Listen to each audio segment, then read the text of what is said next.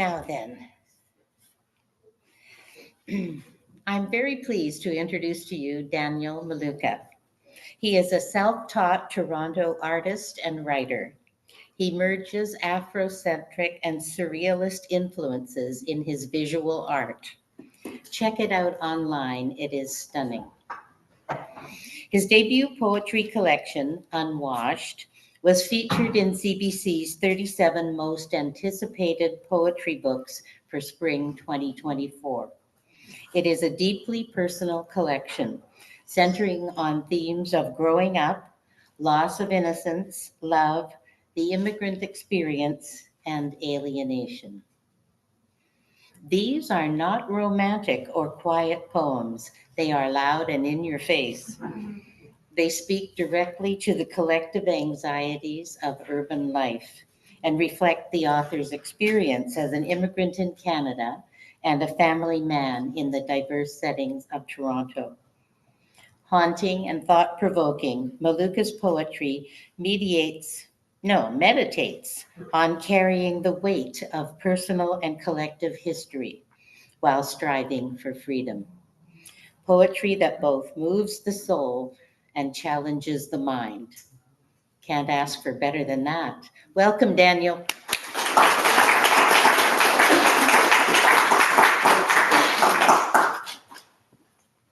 Hello. So thanks to Planet Earth Poetry, thanks to Russell Books for having me, and thanks to everyone who bought copies of the book before hearing anything. That's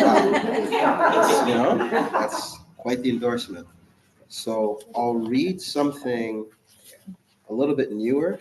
This one is not in the book, but it's brand new. Well, not brand new, it's newer than the stuff in the book, so I figured why not.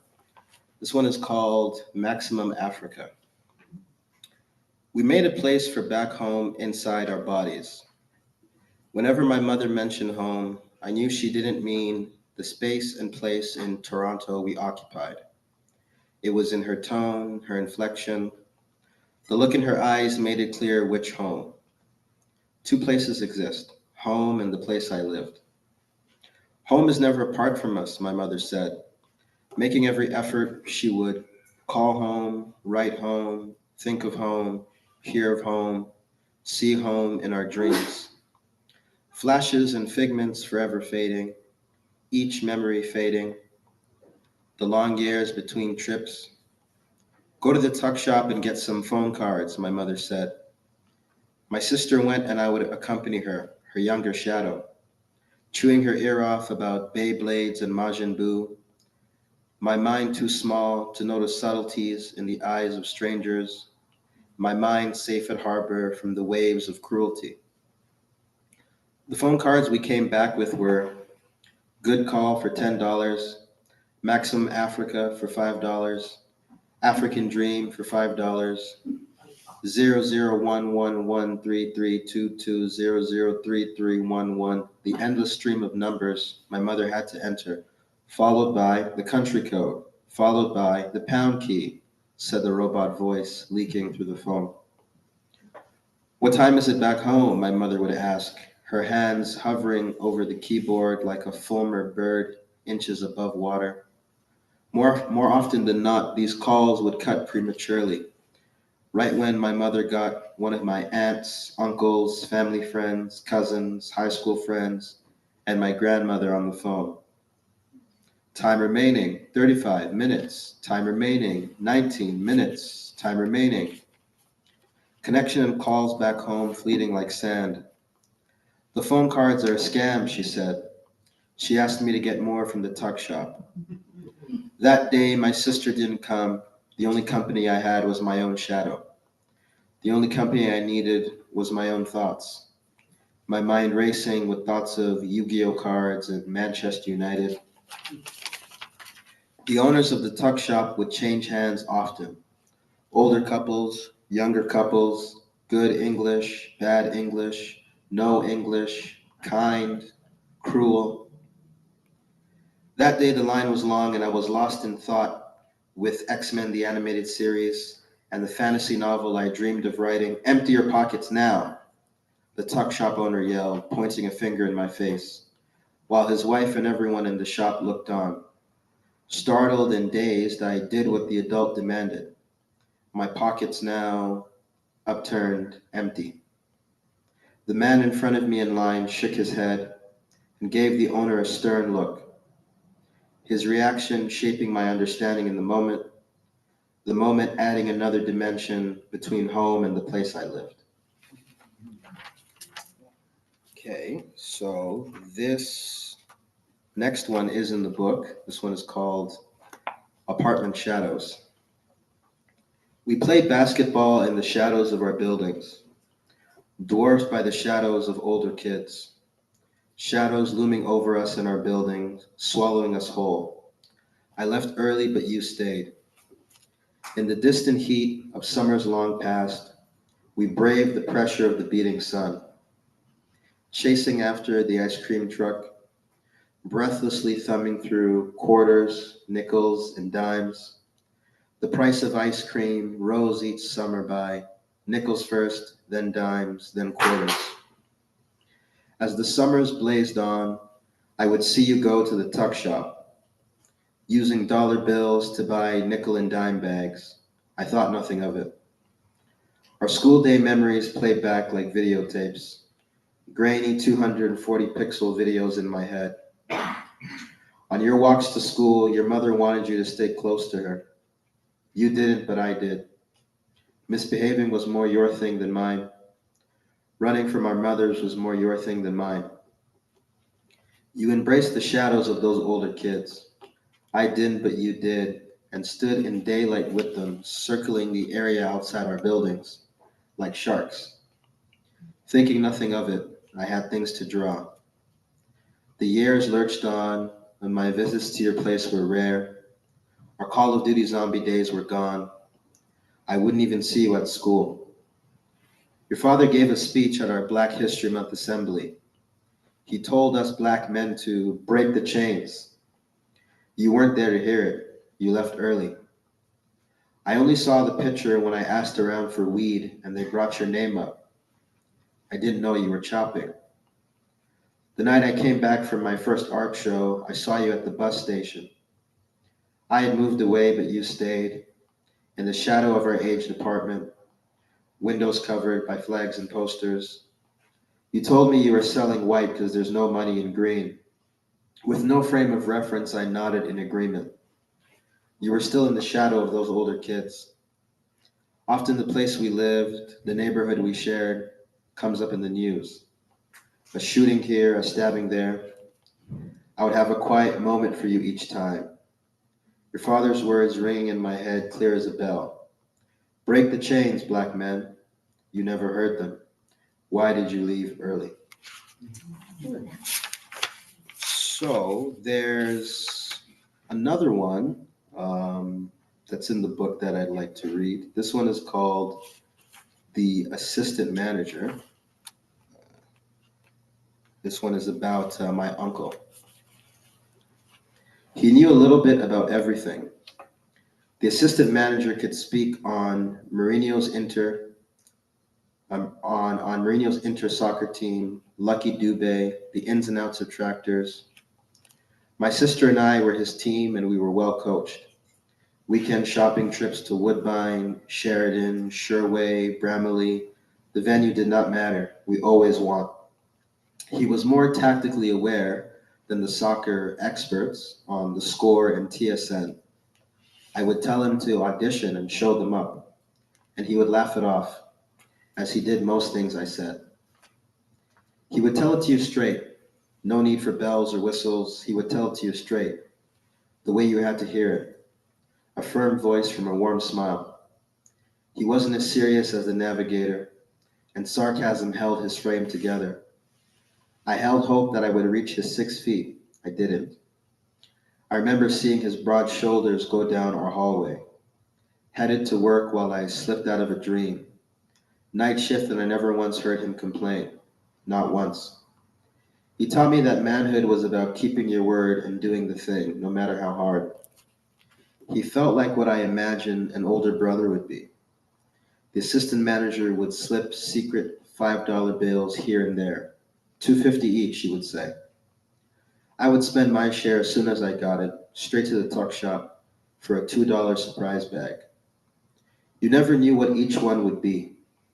When I hovered above these striped blue and white bags, I was in destiny's hands. You could rip the paper and the staples of your bag and look inside first. I never did. I would always stick my hand in and pull out each item. I loved being caught off guard. Leukemia, radiation, St. Michael's. I didn't know what these things were. I wanted to put them back inside the surprise bag and staple it shut. I wanted to hand that bag back to the tuck shop owner and never carry it home with me. The assistant manager was big and indestructible. I felt like a titan on his shoulders. He went from stocky and strong to rail thin and weak. His shoulders were no longer travel options. I learned that cancer had a scent. I could smell it on him. The scent couldn't be washed away, not even with my mother's tears. She would go back and forth, St. Michael's and home, home, then St. Michael's. How could something so bad happen to someone so good? My mother took care of her brother, like how my older sister would take care of me. We no longer got into formation for our shopping trips. When I would go see the assistant manager, he was a prisoner of his bed, immobile with gaunt cheeks. His hospital room was separated in half with a thin curtain. The smell from the bedpan from the other side hung in my nose and stayed there each subway ride home. His shoulders had become narrower. His whole frame was held together by resilience, beaten down by radiation. He looked as small as a child under that hospital blanket. I hated seeing the assistant manager that week. I was so scared for him. Imagine how scared he must have been. Yet each time we went to St. Michael's, he greeted me with a smile. We couldn't speak for hours about Arsenal and Manchester United anymore. He got tired faster, and I would have to leave his bedside sooner than I would have liked. Yet despite the smell and his condition, he still teased my sister and I, putting smiles on our faces. He was the brightness peeking through the dark curtain that enveloped us.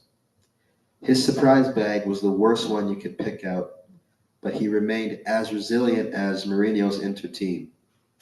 He never felt sorry for himself. He defied destiny. He taught me that. At last, he had broken free from that hospital bed. His body responded well to treatment. The sarcasm-filled shopping trips with my sister came back. We were a winning team again. Despite all he had been through, he held no bitterness. Not an ounce of anger radiated off him. He taught me so much by not even speaking. He taught me the value of having a role model who wasn't as formal as the navigator. I realized later that he had never been weak. The assistant manager remained strong the whole time. Okay, and I'll read this other one. This one is called The Navigator. When I was a kid, I thought my dad was a spy. He could speak French, listen in Portuguese, and ask about the weather in Russian, shocking me and Walter every time our Chrysler Neon needed a tune-up. When I was a kid, I thought my dad was a spy. He spent a few years in France and would avoid questions. Him in Sanskrit, me in hieroglyphic. We were unintelligible. When I was a kid, I thought my dad was a spy. He knew our city well enough to drive without a GPS. North York, downtown, Etobicoke. But we were unknown to each other. Too many left turns and dead ends. When I grew up, I saw my dad for who he was. Willing to argue over the placement of a garbage bin. Willing to ignore the smell of 3 a.m. weed and Bacardi breath. When I grew up, I understood how frustrating it must be to see your son make the same mistakes you did, to have him yield right of way to error, to have your warnings mistranslated. When I grew up, I saw my dad for who he was, aware he sent his son into a world that hates him. So I have about like a minute and 40 seconds left. I'll read a really short one. This one is called 3 minutes left. 3 minutes left? Yeah, you were Wow. just ripping through there. Okay, 3 minutes. All right. But who's counting? Yeah, exactly. Okay. Yeah, I'll read the shorter one then. Okay. This one is called Unwashed, Reused. 70% water, 30% falsehood. That's what we are. Through arteries and veins, rocks and ravines, gravity pushed us down further.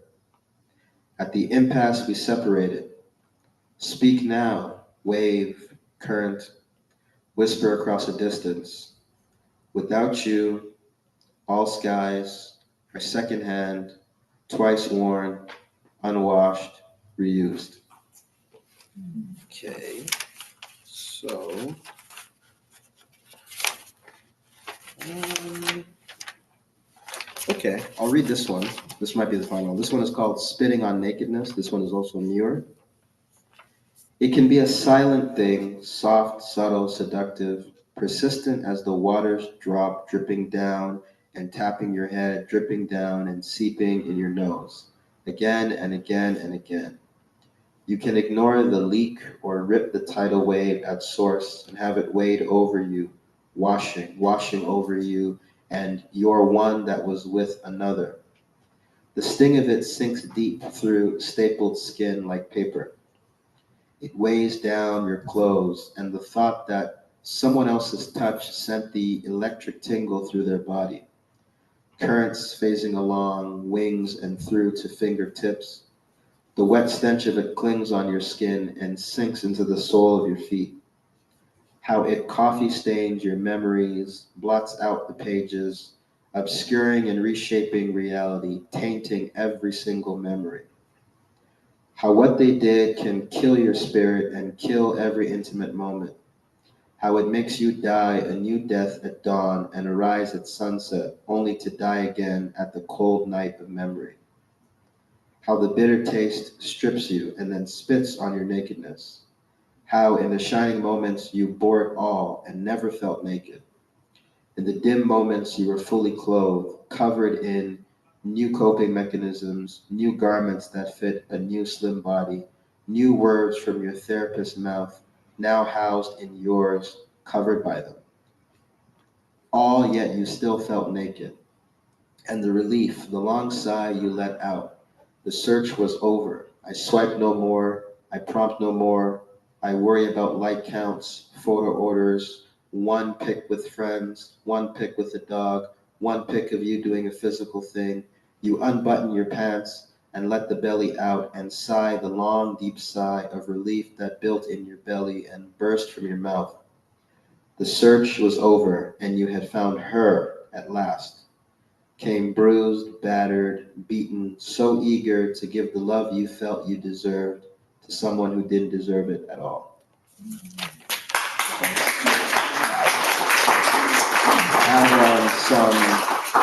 There was a poetry CD my friend and I made and a poetry cassette available along with copies of my book and some artwork inspired by the book. So thank you.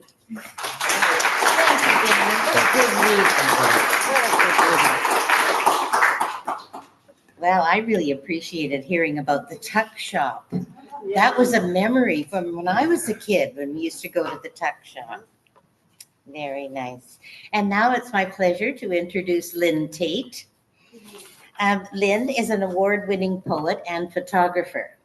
She lives in Sarnia, Ontario.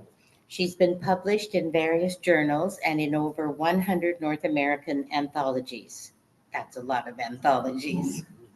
She's a member of the Ontario Poetry Society, the League of Canadian Poets, the Writers' Union of Canada, and Not the Rodeo Poets. Great name for a writing group.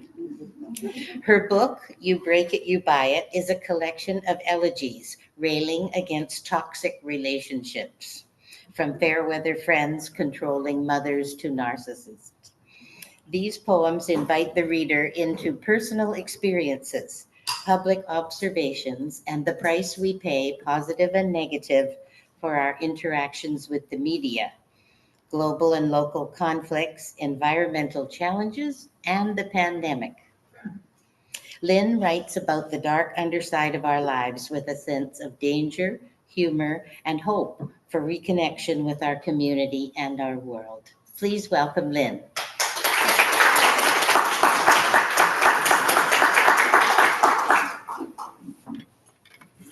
Daniel, is this your phone? Yes. Yeah, I give it to you. Yeah. Okay, this will have to be lowered quite a bit. Oh, look at, Can you see them? no, but my chin is just here on the. How's That's the that? story of my life. Is that better? Oh, yes, thank you. I hope so. There. I'll try that. Thank you very much. I want to thank everybody for being here and for Planet Earth Reading Series and for Russell Street Books. And I love, my husband and I, this is our first time here. And we just love Vancouver Island, and we're here for 2 weeks.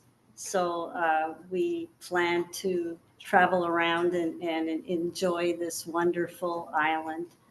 Good. So, I think I'm going to start. This isn't in the book. I have a second manuscript I'm trying to get published. And this is a cento, and that is a work from another artist or poet, words from someone else that you're honoring the words and the poet. And this is lines from Patrick Lane poems from various books, especially his the collection of his poems. And it's called Wait for Me. Fear is no longer part of me. Everything I love has gone to sleep. All this hunger and nowhere to hide, one of the living driven into exile, I have walked among your stones demanding nothing but the roots you call claws. What can be said? My mouth opening to drag the sea in. Each hidden word is a fragile blossom, dried in brittle flowers, frozen in a vase, stark as charred bone covered in pale feathers. The wind a pale needle in drought. There is no rain. The cactus sings. Dry poppy bells ring their changes. We must listen to their song. Bats who fly in alphabets no man can read. Moths, their burning wings, thin sails in the flickering light. I have these things to share. Wait for me. I am coming across the grass and through the stones where the last meadows began. We will walk with nothing in our arms, dance without end in forgotten footprints. Every silence we've imagined will be ours. So I've done actually a number, mostly Lorna Crozier's too.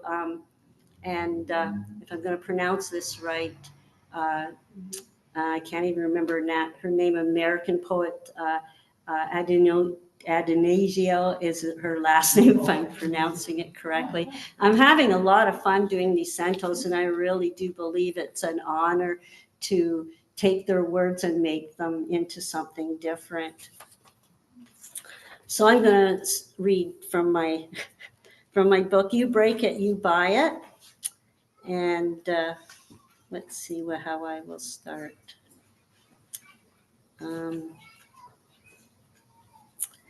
Let's start with this. This is, as I don't know if you noticed because you're sitting down too, but I'm very short. And because I'm short, it doesn't matter how old I am, I get called cute, which is rather annoying. But so I wrote this: after a tall drake with the short-sighted, and I have as an epigram, and though she be but little, she is fierce, but from a midsummer night's dream. Lord knows I see red the moment someone calls me cute. The fire ignites in a flash, fueled by cute little sticks. But I keep it to myself. No one is interested in what this little elf has to say. No one. That's a little over the top, like self as elf, bounding over the flames in my brain, sailing over the slow burn with a smirk that says it knows more than it lets on. Little but fierce by age 10, taller at 30 than now. With shrinkage comes wisdom, smoldering past senior moments. I'm dismissed by these strange beings itching to pat me on the head. My baby blues roll like dice, turning up snake eyes on a table I can barely see over. My intensity filters through comedy routines, my self-absorbed life, cute little feed up, cute little audience in a world of vaudeville. Acutely aware, actors falling all over themselves, fighting to get on stage, yanking on doors of opportunity without knocking. I don't want to tell people what to do, but you seldom get through doors big head first. But what do I know? I slipped through the keyhole hours ago.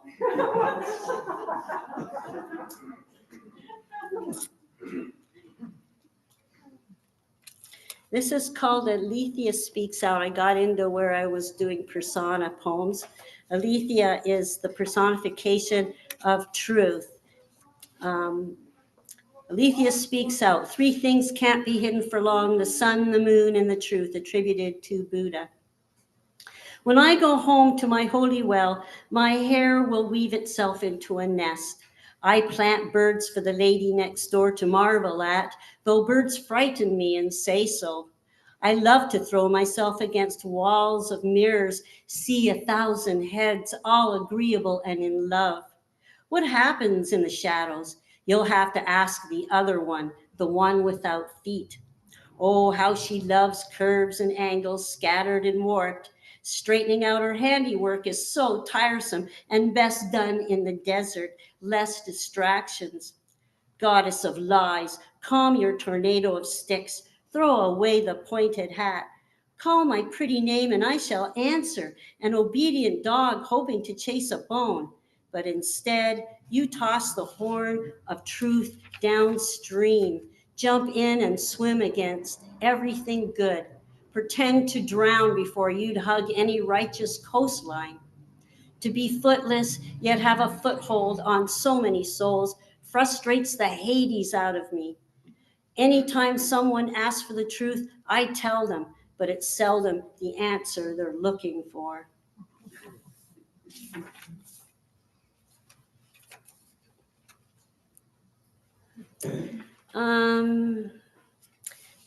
This is called Rug Stains. We all demand to be heard. Our stories, our lives flow, red wine, diverse grapes, sundry vineyard locales, climate unpredictable. But there's always those careless spills staining rugs in dissimilar rooms, creating circular patterns, erratic splotches, commonplace over continual viewing. Some clean up with elbow grease and seltzer, others easy cover-ups, wood heavy, grain-stressed facades resting on stubborn stains, refusing to fade. Some are obvious no matter where you stand, each discoloration soiled with narratives everyone talks about, we try to ignore. Time chimes in, marks a call for change, rugs rolled up, tossed curbside. Will we be more careful with their replacements, or do we laminate these rooms? Indiscretions wiped away, failings soaked up, disposed of, quick as the flick of a garbage lid. Sweeping dirt into corners, over time we forget, grime climbs walls.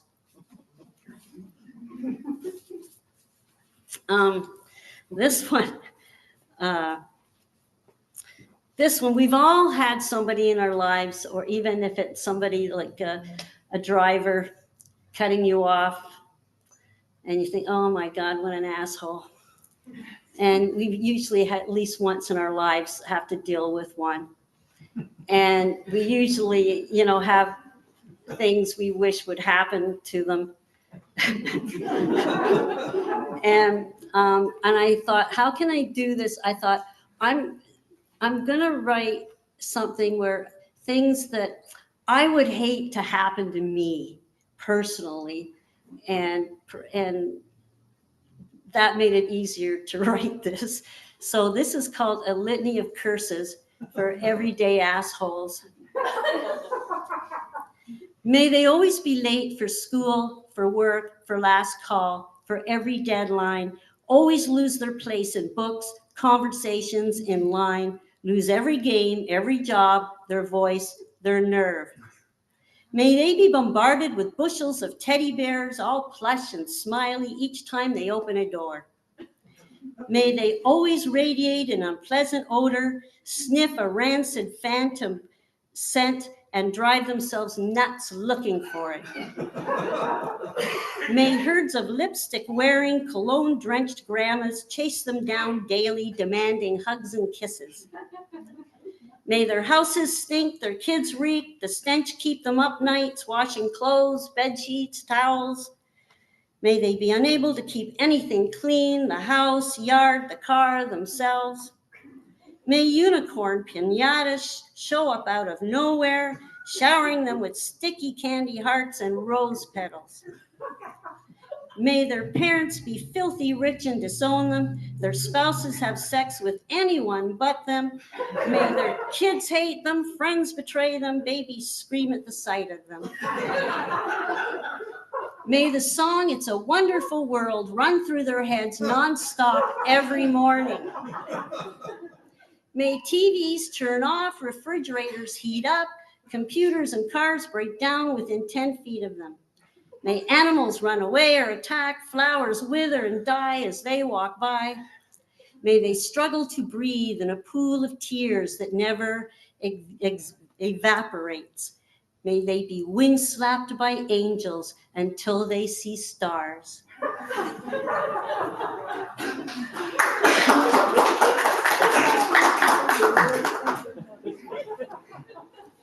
So this is my medical history in a few short lines. Wear and tear. My body has always been a challenge, a womb with its own agenda, reproducing more blood than bodies, miscarriages of justice, ceramic hip, a ball and chain, frees me, walks me into a new life. Left hand shakes up my dopamine world, shouldering a drop in memories, scavenger hunt for words. The poem in my head pronounces accents on all the wrong syllables, a balancing act I'll lose in the end. So don't make me laugh. I can't afford to dribble. I'll be drooling soon enough. How am I doing for time? You're good. Yep. Okay. Got 4 minutes. Ooh. 4 or 5 Okay. almost.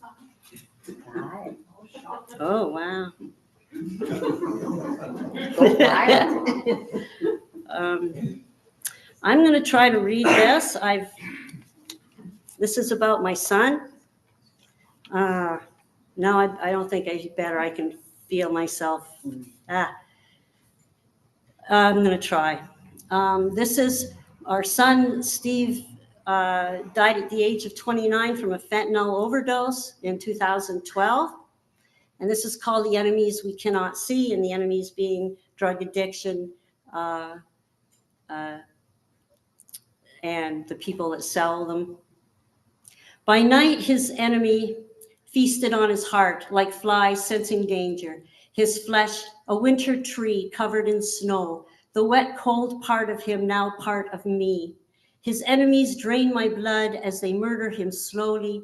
Our enemy deals us a hand of black hearts, red clubs bashing blindly, jokers wild, queen face down in sorrow. His sun dimmed by powder and tinfoil, a slow sinking into bleak horizons, killing our joy.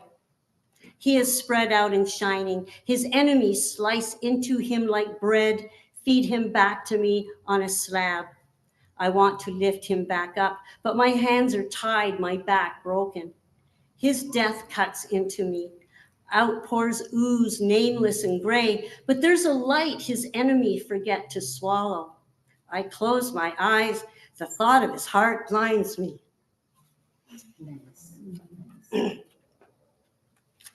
And here is one, and I'd like to, okay, an irrational fear of citrus preserves with apologies to marmalade lovers. That includes, my husband's a marmalade lover, I am not. So consider the kumquat, fruit best eaten whole, more work than pleasure.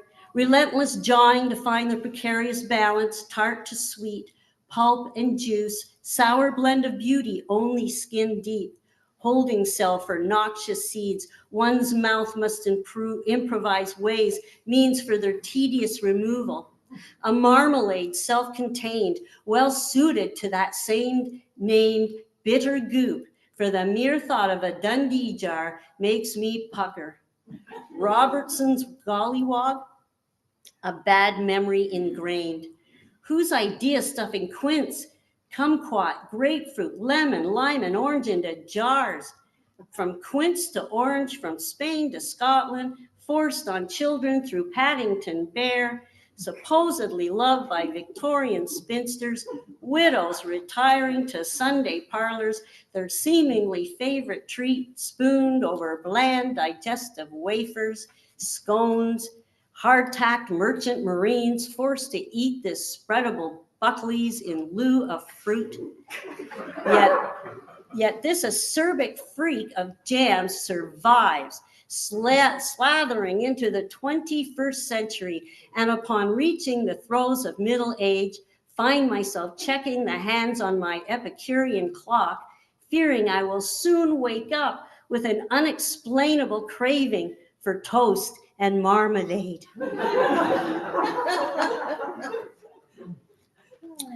And I have time for one Last more? one, yeah. Okay. I had an MRI, and it was quite interesting for me.